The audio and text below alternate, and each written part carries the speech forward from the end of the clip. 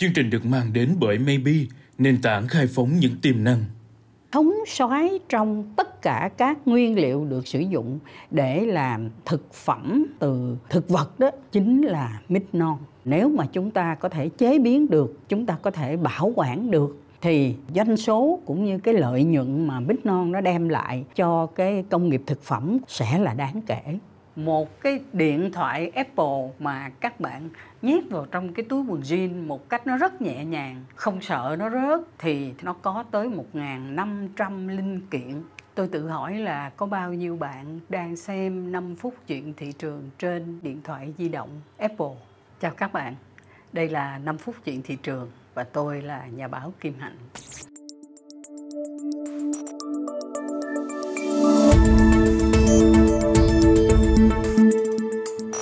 Câu chuyện của chúng ta hôm nay là về nghệ thuật ăn chay. Hiện nay thành phố Hồ Chí Minh đó, có những đoạn đường mà chúng ta thấy là nó mọc lên rất là dày đặc những cái quán ăn chay. Và thậm chí ở trong những con hẻm sâu, tôi đi chung với lại một vài bạn trẻ, mà rất trẻ thưa các bạn, không phải là người tu hành, cũng không phải là người trọng tuổi. Các bạn dẫn tôi đến những cái quán chay tên là tên nước ngoài, và mình đi vào, đông thật là đông người, và nói chuyện rôm rả xôm tụ, không có vẻ gì là không khí thiền định rồi lặng lẽ gì hết á. Đó là một cái kiểu thưởng thức những cái món ăn mới. Có thể người ta nghĩ là nó tốt cho chuyện ăn kiêng, nó tốt cho sức khỏe, mặc dù giá của nó cũng không phải mềm lắm đâu. Theo như là cái hãng nghiên cứu thị trường là DataBridge Market Research, từ năm 2022 tới năm 2029, tỷ lệ mà tăng cái thức ăn từ thực vật của thế giới mỗi một năm như thế là 7,5%. Con số đó là con số đáng ao ước đối với những người làm cái ngành thực phẩm cũng như là HoReCa. Ở Việt Nam của chúng ta, theo như là hãng nghiên cứu thị trường Rakuten Insight, trong năm 2022, Việt Nam đã nhập tới 180 triệu thực phẩm chay. Đó là nhập chính ngạch. Chúng ta chưa nói tới hàng xách tay hay là nhập tiểu ngạch. Cái hãng này cũng tiên liệu là trong năm 2023, cái số lượng mà người ta chi tiêu cho thức ăn chay đó, nó sẽ tăng lên 15%. Nói thật với các bạn, cái điều mà bản thân tôi thấy mừng đó là những cái nguyên liệu để làm ra cái sản phẩm chay này lại khá là dễ tìm ở Việt Nam. Thông dụng nhất hiện nay, chắc là các bạn cũng có thể đoán được, đó là mít non. Hiện nay đã có những cái khu vườn người ta trồng mít dạng là hữu cơ, người ta dùng phân bón hữu cơ và người ta chăm sóc rất là kỹ. Và đến một cái đoạn nào đó, người ta khai thác, tức là người ta chặt để lấy những cái trái mít non đó. Thậm chí người ta xuất đi một số các nước. Tôi có được đọc một số những cái tài liệu ở trên các cái tạp chí nghiên cứu về thực phẩm quốc tế, thì thống soái trong tất cả các nguyên liệu được sử dụng để làm thực phẩm mà từ thực vật đó chính là mít non. Đó là một cái nguyên liệu mà Việt Nam của chúng ta có thể khai thác nhiều. Tất nhiên gần đây thì các bạn vẫn còn nghe một cái thông tin là người ta chặt mít để người ta trồng sầu riêng, hoặc là giá mít đang lao dốc là vì không có xuất đi Trung Quốc được chẳng hạn. Tình hình nó cũng không thay đổi nhanh đến cái mức là khi thế giới người ta sử dụng cái mít non nhiều thì hàng mít non của chúng ta trồng ở Việt Nam sẽ bán chạy như tôm tươi. Nhưng mà đó là một xu hướng tích cực đáng hy vọng, bởi vì khí hậu, thời tiết, thổ nhưỡng của Việt Nam trồng mít là thu hoạch rất tốt. Và nếu mà chúng ta có thể chế biến được, chúng ta có thể bảo quản được, thì doanh số cũng như cái lợi nhuận mà mít non nó đem lại cho cái công nghiệp thực phẩm của chúng ta sẽ là đáng kể. Những con số tôi thấy là có cơ sở mà các cái hãng nghiên cứu thị trường họ đưa ra, và các cái trang web về thực phẩm quốc tế họ công bố đó, nó đem tới cho chúng ta một cái lời giải thích tại làm sao bây giờ ăn chay lại là một cái mốt mà các bạn trẻ rất thích rủ nhau đi thưởng thức. Và đồng thời là nếu như chúng ta chuẩn bị vùng nguyên liệu tốt, chúng ta chuẩn bị những cái chuỗi để mà sản xuất và kinh doanh nó tương đối là đồng bộ, thì chúng ta rất có triển vọng trong cái việc là đáp ứng được cái xu hướng đang tăng của cái thực phẩm chay, thực phẩm có nguồn gốc từ thực vật ở trên toàn cầu. Đó là một xu hướng thị trường mà chúng ta sẽ còn quay trở lại.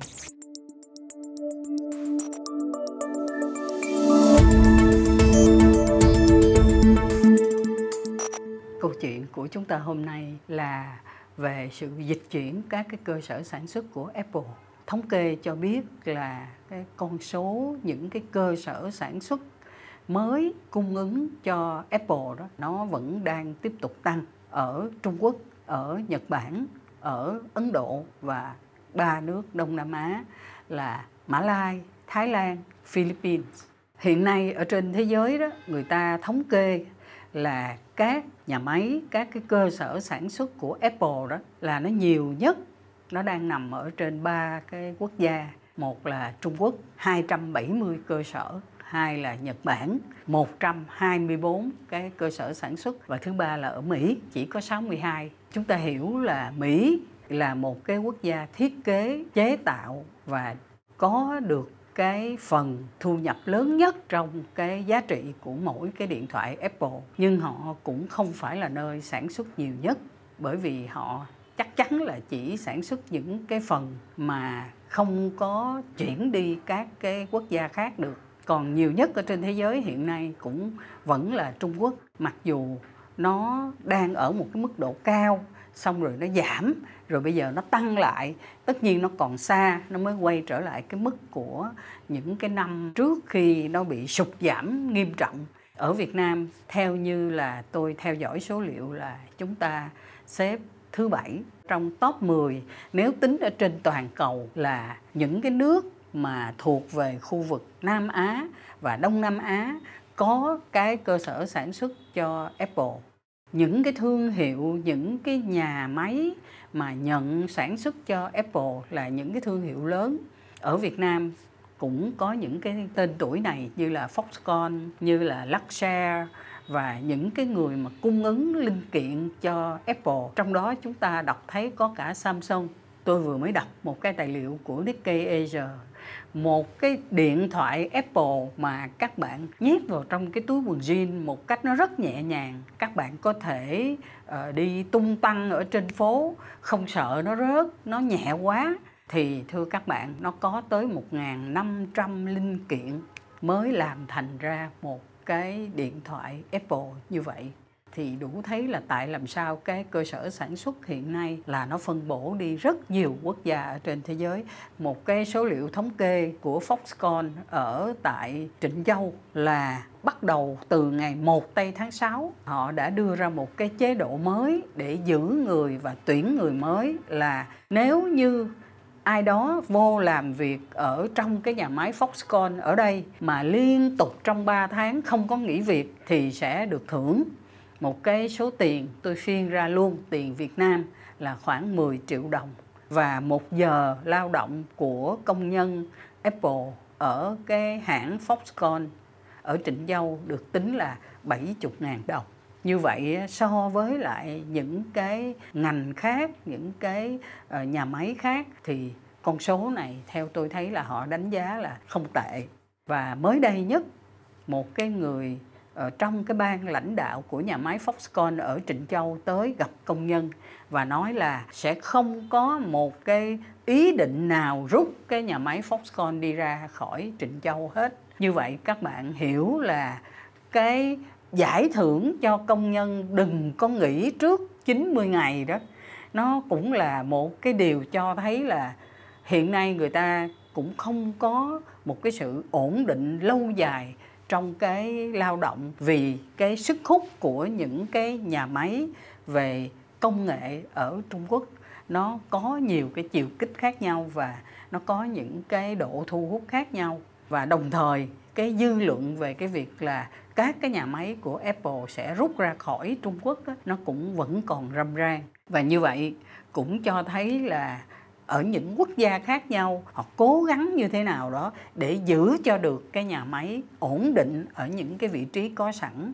Tôi xin được giới thiệu một số cái thông tin về thay đổi, nhưng không có cái thay đổi gọi là biến động đột phá gì trong cái việc tổ chức sản xuất cái điện thoại Apple, để các bạn thấy là dẫu sao cái mạng lưới, cái bản đồ toàn cầu của một cái sản phẩm mà nó đã được phân chia ra toàn bộ thành ra một cái chuỗi rất là rõ, từ cái đầu não chế tạo và sở hữu trí tuệ cho đến gia công, cho đến cái bộ phận về hậu cần, logistics cung ứng và đi đến cái chuỗi phân phối chẳng hạn. Nó là cả một cái hệ thống rộng lớn, không phải ngày một ngày hai có thể thay đổi được. Tuy vậy, nó cũng vẫn đang có cái cạnh tranh ngầm về chất lượng cũng như về chi phí ở giữa các cái quốc gia này với nhau.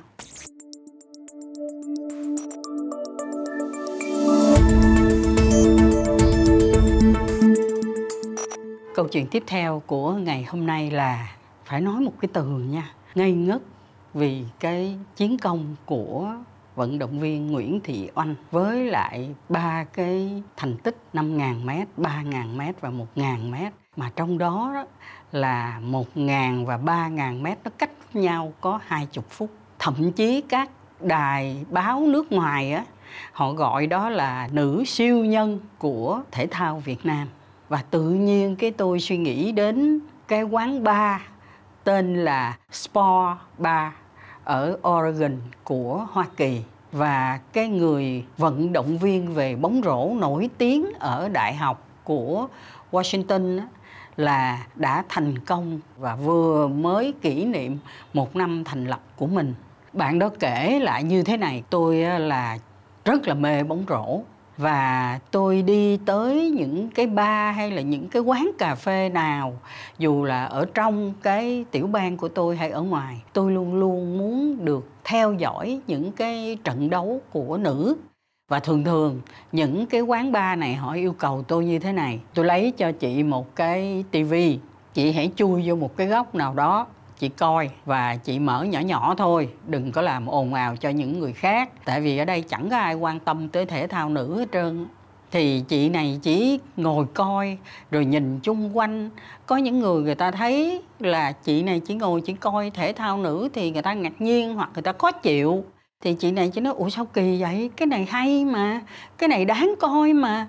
Và tôi về tôi nhất định tôi sẽ thử làm một cái quán bar mà ở trong đó những cái buổi thi đấu sẽ có những cuộc gặp gỡ các cái ngôi sao thể thao nữ, có cái lịch sử của từng cái ngành mà nữ đang làm mưa làm gió ở trên thế giới.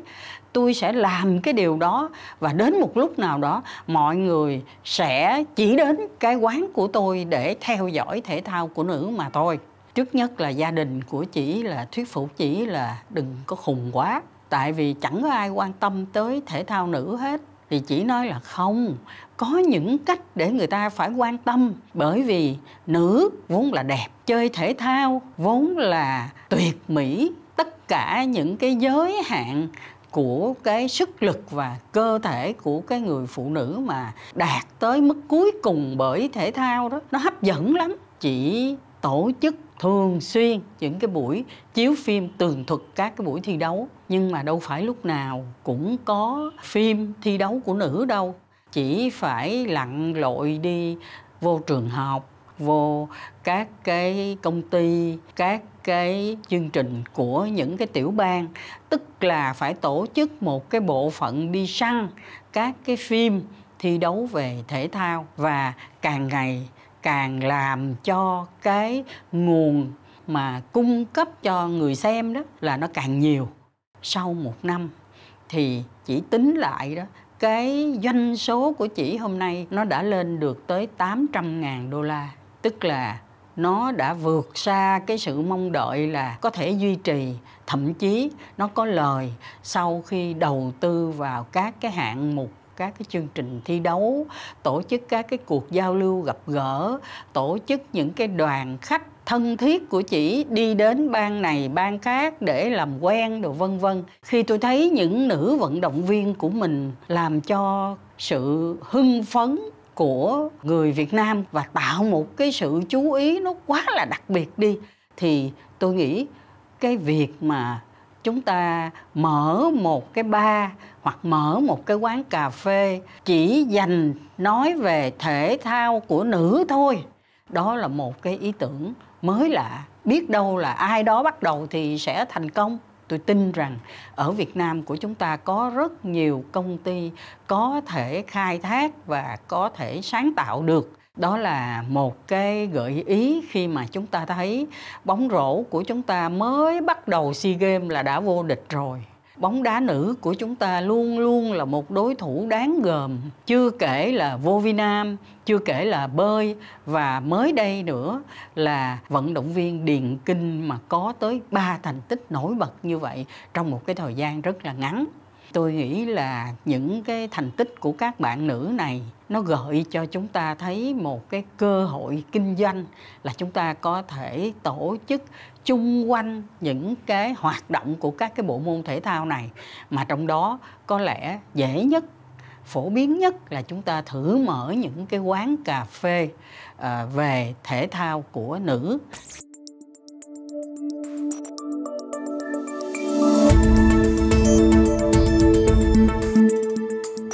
Câu chuyện tôi kể cho các bạn nghe hôm nay là một cái hiện tượng rất là thú vị, rất là vui ở trong cái giới trẻ của Trung Quốc hiện nay. Người thuộc về Gen Z là họ sinh ra trong cái khoảng thời gian là 1997 tới 2012. Hãng tư vấn về kinh doanh ở trên toàn cầu PricewaterhouseCoopers có đưa ra những con số thống kê, trong đó chúng tôi thấy khá là ấn tượng. Ở Trung Quốc là hiện nay cái doanh số mà họ mua hàng hiệu nó chiếm tới 1/5 tổng cái mức tiêu dùng hàng hiệu của toàn thế giới. Trung bình là $800 trong một tuần. Nếu mà mình có một cái gói lớn là Gen Z thế giới và bên cạnh đó một cái miếng bánh 1/5 là những cái người Gen Z của Trung Quốc á, thì cái khả năng tiêu dùng của Gen Z này nó hơn cái phần còn lại của thế giới tới 30%. Thời gian từ năm 2019 cho tới năm 2035 thì cái tiêu dùng nó sẽ tăng lên gấp 4 lần. Có phải đó là một cái tỷ lệ đáng mong ước của những cái thương hiệu nổi tiếng của thế giới? Và như vậy không phải rằng chỉ có những cái gia đình hay là những cái nhà kinh doanh mà thuộc vào cái lứa tuổi này nó thúc đẩy một cái mức tăng trưởng về tiêu dùng nó đáng kể như vậy, mà sự đóng góp của những chủ hàng mà nổi tiếng ở trên thế giới như là Louis Vuitton, như là Hermes, như là Chanel, vân vân. Hiện nay á, có thể nói là những cái công ty này họ rục rịch, họ chuyển từ Hồng Kông qua đại lục cũng đều là Trung Quốc cả. Nhưng mà Hồng Kông là vương quốc của phim ảnh, của những cái mặt hàng hiệu mà cao cấp nhất, sang cả nhất, thì bây giờ nó khá là tiêu điều. Rõ ràng là Gen Z đó, đang là niềm hy vọng lớn của những cái người sản xuất ra các cái mặt hàng cao cấp nhất ở trên thế giới hiện nay. Chúng tôi thấy những cái con số dự báo là thử thách đối với lại những cái nhà mà sản xuất ra những cái mặt hàng đắt tiền nhất, làm sao để chinh phục Gen Z của Trung Quốc. Tôi xin tạm dừng cái câu chuyện thị trường ngày hôm nay. Xin hẹn các bạn 5 phút tiếp theo.